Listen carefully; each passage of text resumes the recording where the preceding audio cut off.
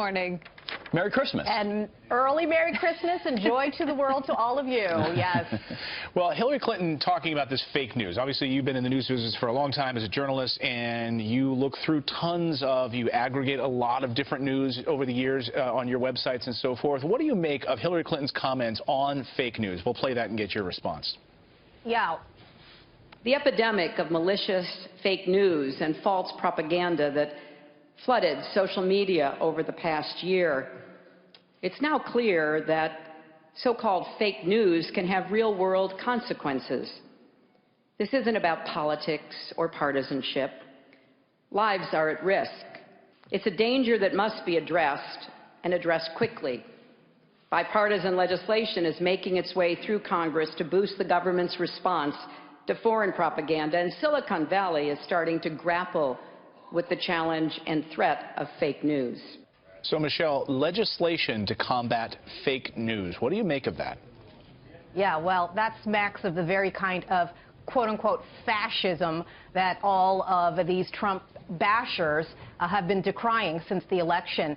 I would file that speech under Hutzpah on Stilts, because the world's foremost fake news provider, Hillary Clinton, blame a YouTube video on Benghazi, having the sanctimony to lecture anybody else about false information and the consequences, bloody consequences thereof, is really occupying a bubble of unreality. But what we have here, of course, is a tactic. And it's a tactic that I have experienced for the last 25 years. Right, you were speaking out about this, Michelle, right, since the early 90s.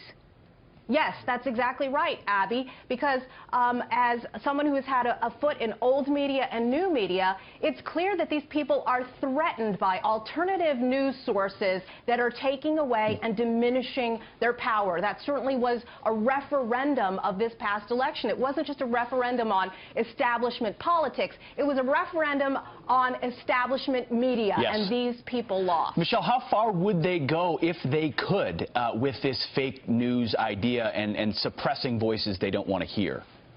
Well, look, we just had 8 years of an Obama administration where there were witch hunts against ideological enemies, and certainly even members of the press who were targeted.